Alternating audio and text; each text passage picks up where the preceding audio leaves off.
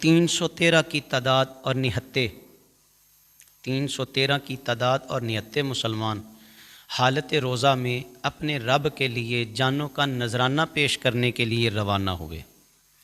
وہ مقام بدر پہ پہنچے۔ 17 رمضان المبارک کو تاریخ رقم کر دی میرے نبی کے غلاموں نے، حضور کے صحابہ نے۔ قیامت تک آنے والے لوگ حیران ہیں کہ 313 نے سینکڑوں کی تعداد کو شکست بھی دے دی اور اسلام کا پرچم بھی بلند کیا۔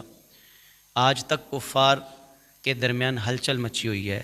اس کی وجہ کیا ہے؟ اس کی ریزن کیا ہے؟ وجہ یہ ہے ان کے ایمان بڑے پکے تھے، ان کے ایمان بڑے ہی پکے تھے۔ ان کے دلوں میں میرے نبی کا پیار، اس کا لیول کوئی، میں سمجھتا ہوں پیمانے کوئی نہیں ہے اس لیول کو بھانپ سکیں کہ جس حد تک وہ اپنے آقا سے محبت کرنے والے لوگ تھے، جس حد تک وہ نبی پاک کے وفادار تھے، جس حد تک جنہوں نے جانیں بھی قربان کرنے سے دریغ نہ کیا، جنہوں نے اپنے گھر چھوڑ دیے، ہجرتیں کی، جنہوں نے مال نہیں دیکھا، اولاد نہیں دیکھی، جنہوں نے خاندان نہیں دیکھا، ہر شے رسول اللہ پہ قربان کر دی، ہر شے نبی پہ قربان کر دی۔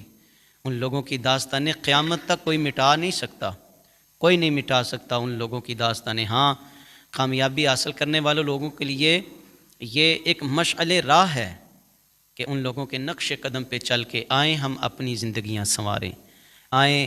وہ کسی نے خوب کہا فضائے بدر پیدا کر کہ فرشتے تیری نصرت کو اتر سکتے ہیں گردوں سے، قطار اندر قطار اب بھی۔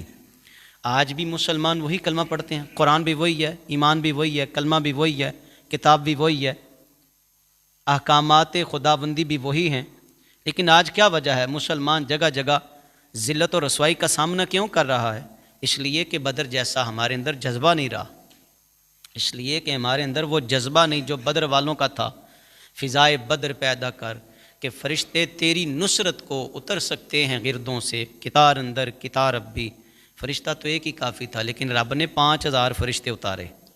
واقعہ بدر، اس کے محرکات کیا ہیں؟ سب سے پہلے اس پہ تھوڑی سی آپ کی توجہ چاہتا ہوں۔ واقعہ بدر ہوا کچھ اس طرح کہ آقا کریم علیہ الصلوۃ والسلام نے مکہ میں بڑے کٹھن دور دیکھے۔ 40 سال کی عمر مبارک ہے حضور کی جب اعلان نبوت فرمایا۔ اعلان نبوت فرمانے کے بعد جو آپ کے رشتہ دار تھے، جو آپ کے بڑے قریبی تھے، وہ جانی دشمن بن گئے۔ جو آپ کو بڑا محبت کا اظہار کرنے والے تھے، وہ آپ کے جانی دشمن ہو گئے، اور کبھی پتھر مارے اور کبھی گڑھے کھودے، کبھی راہوں میں کانٹے بچھائے۔ میرے نبی نے وہ دن بھی دیکھے۔ صحن حرم کعبہ میں حضور سر سجدہ، حالت سجدہ میں ہیں، سر انور سجدے میں ہے کہ ابو جہل نے دیکھا کہ نبی پاک علیہ السلام نماز پڑھ رہے ہیں۔ ابو جہل نے لوگوں کو بلایا، اکٹھا کیا، انہوں نے کہا آؤ میری بات سنو ذرا، میرے پاس آؤ۔ فلاں جگہ پہ نا ایک اونٹ ذبح کیا گیا ہے، ایک اونٹ، بڑا اونٹ تھا، فربا اونٹ تھا، بڑا موٹا تازہ اونٹ ذبح کیا گیا ہے، ذرا جاؤ اس کی اوجڑی لے کے آؤ۔ اس کی اوجڑی منگوائی گئی، نبی پاک نے سر انور سجدے میں رکھا ہوا ہے، اور ظالموں نے حضور کے کندھوں پہ وہ گندی اوجڑی رکھی۔ یہ دن بھی میرے نبی نے دیکھے ہیں۔ ان حالات کا سامنا، دین بڑا مشکل ہم تک پہنچا، سوکھا نہیں آیا دین۔ ان حالات کا بھی حضور نے سامنا کیا۔ کسی نے سیدۃ النساء العالمین کو خبر کی، سیدہ تشریف لائیں، ابھی چھوٹی عمر ہے، جناب ابو بکر صدیق رضی اللہ تعالی عنہ تشریف لائے اور حضور کے کندھوں سے اوجڑی بھی ہٹائی، اور سیدہ کے جو الفاظ تھے وہ یہ تھے، سیدہ فرما رہی تھی میرے بابا پہ اتنے ظلم کیوں کرتے ہو؟ میرے بابا تو تمہیں جنت کا راستہ دکھانے آئے ہیں، میرے بابا تو تمہیں حق بات کی تلقین کرتے ہیں، میرے بابا تو تمہیں دین کا پیغام دیتے ہیں، اس خدائے وحدہ لا شریک کا پیغام دیتے ہیں جس کی شان یہ ہے قل هو اللہ احد اللہ الصمد لم یلد ولم یولد ولم یکن لہ کفوا احد۔ وہ تو ایک رب کا پتہ بتا رہے ہیں تمہیں، اور تم یہیں بات ختم نہیں ہوتی۔ کافر میرے حضور کی بارگاہ میں آئے اور آ کے کہا محمد صلی اللہ علیہ وسلم حق نہ بولا کریں۔ سادہ سی بات یہ تھی، حق نہ بولا کریں، ہمارے بتوں کو برا بلا نہ کہیں، اگر آپ نے دولت لینی ہے تو ہمیں بتائیں، آپ کی انتہائی توجہ چاہتا ہوں۔ بڑا مشکل ہے یہ مرحلہ کہ خاندان والے بھی کہیں اور عیز و اقربا بھی کہیں، قریبی بھی آ کے کہیں اے محمد اگر آپ کو دولت کی ضرورت ہے تو ہم دولت دینے کے لیے تیار ہیں، اگر آپ کو کسی حسین لڑکی سے شادی کی خواہش ہے ہم وہ مطالبہ بھی آپ کا پورا کریں گے، اگر آپ کو کسی قبیلے کی سرداری چاہیے ہمیں بتائیں، ہم آپ کا یہ ہر مطالبہ پورا کریں گے، لیکن ایک کام کریں، ہمارے بتوں کو برا نہ کہیں، ایک خدا کا پتہ نہ بتائیں، حق بات نہ کہیں۔ میرے نبی پاک صلی اللہ علیہ وسلم کی بارگاہ میں آپ کے پیارے چچا جناب ابو طالب بھی آئے، پیغام یہی تھا۔ آقا علیہ الصلوۃ والسلام نے فرمایا میرے چچا اگر یہ میرے ایک ہاتھ پہ چاند رکھ دیں اور دوسرے ہاتھ پہ سورج رکھ دیں، حالانکہ یہ کر نہیں سکتے، ان کی اتنی جرت اور مجال نہیں ہے کہ یہ چاند کو لا سکیں، سورج کو لا سکیں، لیکن میرے چچا اگر اتنا بھی یہ کر لیں، میں پھر بھی اللہ کی توحید کا نعرہ بلند کرتا رہوں گا، میں پھر بھی اپنے مشن سے باز نہیں آؤں گا۔ یہ اور جو کہہ رہے تھے کہ تمہیں دولت چاہیے، حضور فرماتے ظالموں تمہیں پتہ نہیں ہے میں تو رب کے خزانوں کا مالک بن کے آیا ہوں، میں تو مالک ہی کہوں گا کہ ہو مالک کے حبیب، یعنی محبوب و محب میں نہیں میرا تیرا۔ حضور فرماتے اگر میں چاہوں یہ پہاڑ سونے اور چاندی کے ہو جائیں، تم کیا لالچیں لے کے آ رہے ہو؟ یہ دنیا کی چھوٹی چھوٹی لالچیں آ کے میرے مشن میں رکاوٹ بنے گی؟ حضور فرماتے چلے جاؤ، ایسا نہیں ہو سکتا، میں اپنے رب کی توحید کا نعرہ بلند کرتا ہی رہوں گا۔ بڑے حضور کہیں جاتے تو کافر حضور کا مقابلہ کرتے اور روکتے، ہر طرح سے روکا گیا، لیکن یہ نبی کا مشن قیامت تک جاری رہے گا، یہ رسول اللہ کا مشن، دین کا پیغام یہ رکنے والا نہیں ہے، یہاں تک کہ حضور نے ہجرت کر لی اور کبھی بلال کو مارا گیا، کبھی حضرت عمار پہ ظلم کیے گئے، کبھی حضرت سمیہ رضی اللہ تعالی عنہ۔ میں نے کہا یا ذرا سنو کہانی، اسلام کے چاہنے والوں کی باتیں ذرا سنو، دل کانپ جاتا ہے۔ مرد سے عورت نسبتاً ذرا کمزور ہے، عقلاً بھی، جسمی اور قوت کے لحاظ سے بھی، جسم کے لحاظ سے بھی تھوڑی سی کمزور ہے، لیکن پکا رنگ محمد والا تے چڑھ جاوے نہیں لیندا، تے کچا رنگ للاری والا اور جڑا چڑھدا لیندا رہندا، تے پکا رنگ محمد والا چڑھ جاوے نہیں لیندا۔ بی بی سمیہ کو ابو جال نے کہا سمیہ میں تمہیں غلے کے ڈھیر دوں گا، کلمہ چھوڑ دو۔ سمیہ جو مطالبہ کرو گی میں پورا کروں گا، لیکن محمد عربی کا کلمہ چھوڑ دو۔ بی بی سمیہ نے بھی تو پھر پیغام دیا نا، وہ تھوکتے نہیں ہیں تخت سکندری پہ، وہ تھوکتے نہیں ہیں تخت سکندری پہ، بستر لگا ہے آقا جن کا تیری گلی میں۔ جو رسول اللہ کے ہو جائیں، جن کے دلوں میں حضور کا پیار آ جائے، بھلا وہ بک سکتے ہیں؟ اللہ اکبر۔ کہا نہیں جان جا سکتی ہے، میں رسول اللہ کا کلمہ نہیں چھوڑوں گی، یہاں تک کہ ظلم کی داستان رقم ہوتی ہے اور 2 اونٹ منگوائے گئے۔ آپ کی توجہ چاہتا ہوں، بی بی سمیہ کو پاؤں سے باندھا گیا اور الٹا لٹکا دیا گیا، حضرت سمیہ رضی اللہ تعالی عنہا کو الٹا لٹکا دیا گیا اور اونٹوں کا رخ مخالف سمت کر دیا گیا، ایک مشرق کی جانب ایک مغرب کی جانب۔ ابو جہل کہتا تھا سمیہ یا جان دے دے یا پیسے لے لے اور مصطفیٰ کا کلمہ چھوڑ دے، باتیں 2 ہی ہیں، تیرے پاس آپشن 2 ہی ہیں، یا دیکھ لے میں نے جلاد کو منگوا لیا ہے، اونٹوں کے ساتھ تمہیں باندھ دیا ہے، اونٹوں کا رخ مخالف سمت پہ کر دیا ہے، ابھی میرا اشارہ ہوگا جلاد اونٹوں کو کوڑے مارے گا، وہ مخالف سمت پہ دوڑیں گے اور تیرا جسم 2 ٹکڑے ہو جائے گا، جان بچا لے سمیہ جان بچا لے۔ آواز پھر یہی آتی ہے، کچا رنگ للاری والا تے چڑھدا لیندا رہندا تے پکا رنگ محمد والا، اوے چڑھ جاوے نہیں لیندا۔ کہا ایک جان کیا ہے، اللہ لاکھوں جانیں بھی دے تو مصطفیٰ پہ قربان کر دوں گی۔ یہ تو وہ ہیں جنہوں نے مکھڑا مصطفیٰ دیکھا، میرے امام اعلیٰ حضرت امام عاشقاں کہتے ہیں کروں تیرے نام پہ جان فدا، نہ بس ایک جان 2 جہاں فدا، ارے 2 جہاں سے بھی نہیں جی برا، کروں کیا کروڑوں جہاں نہیں۔ اچھا جان جان آفرین کے سپرد کر دی، مگر رسول اللہ کا کلمہ، یہ کٹھن دن اسلام نے دیکھے ہیں، مکے کی کٹھن زندگی میرے نبی نے دیکھی ہے، پھر حضور مکہ سے مدینہ ہجرت کر کے جب تشریف لائے تو پھر یہاں اللہ نے اسلام کو قوت عطا فرمائی، وہ توانائی عطا فرمائی۔ 2 ہجری نبی پاک علیہ الصلوۃ والسلام کو یہ سارے واقعات یاد تھے، حضور نے نا صحابہ سے مشورہ کیا، ابو سفیان ابھی کلمہ نہیں پڑھا تھا، یہ تجارت کا سامان لے کر ملک شام جایا کرتے تھے۔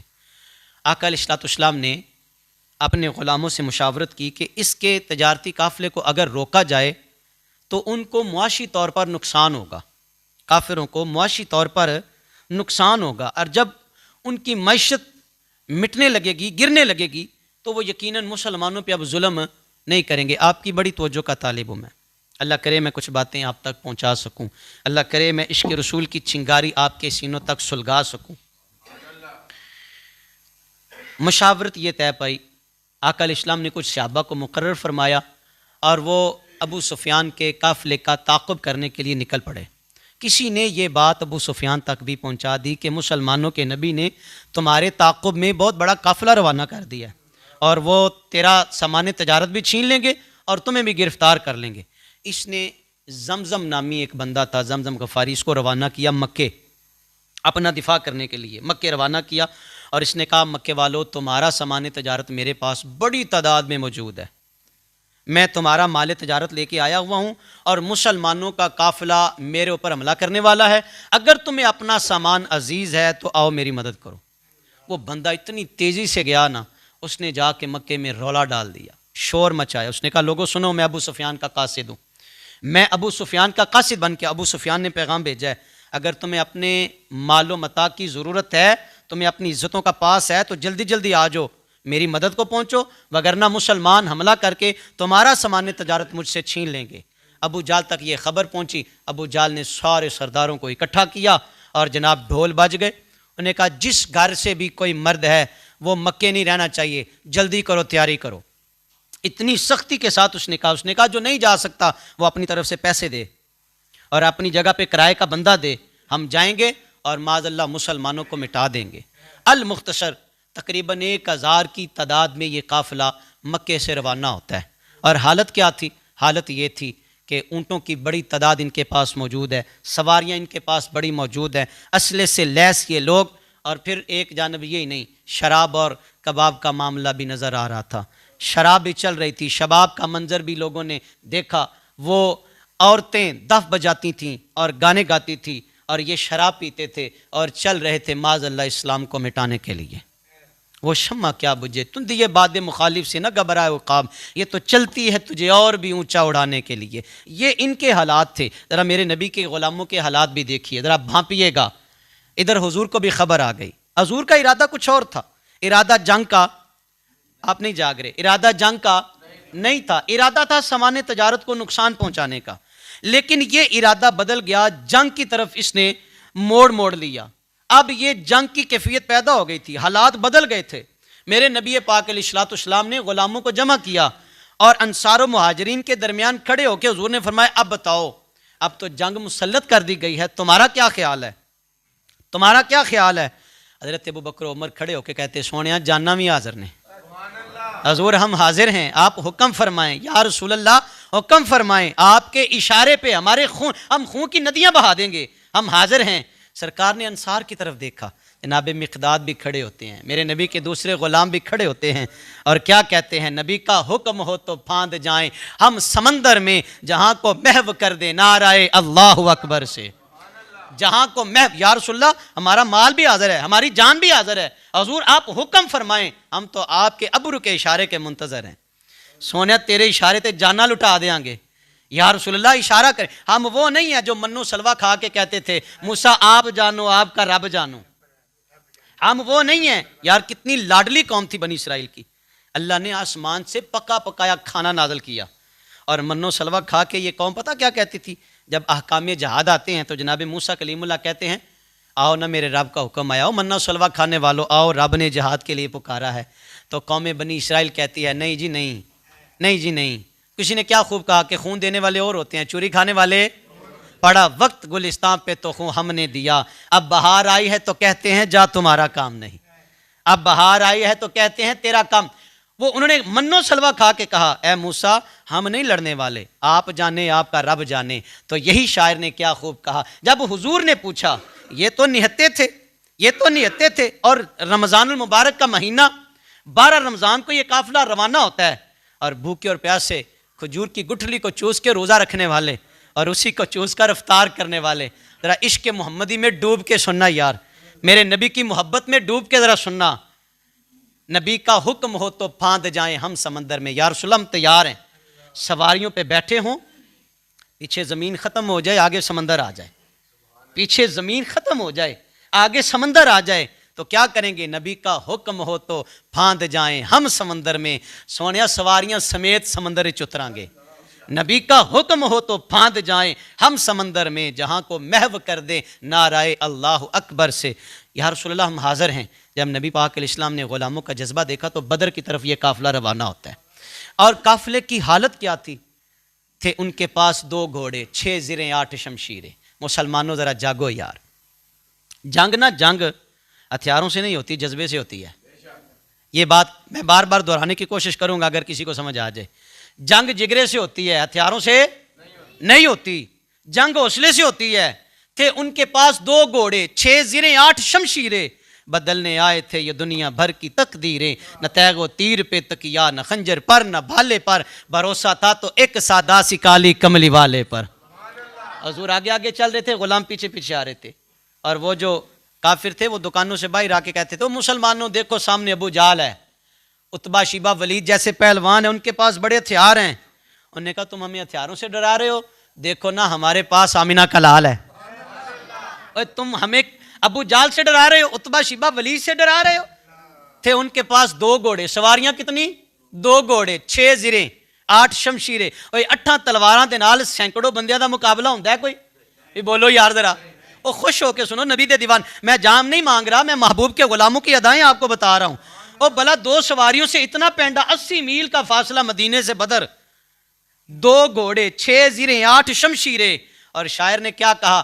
بدلنے آئے تھے یہ دنیا بھر کی تقدیریں۔ ایک ایک لفظ سینے میں اترنے والا یار، بدلنے آئے تھے یہ دنیا بھر کی، نہ تیغ و تیر پہ تکیا، نہ خنجر پر، نہ بھالے پر، بھروسہ تھا تو ایک سادہ سی کالی۔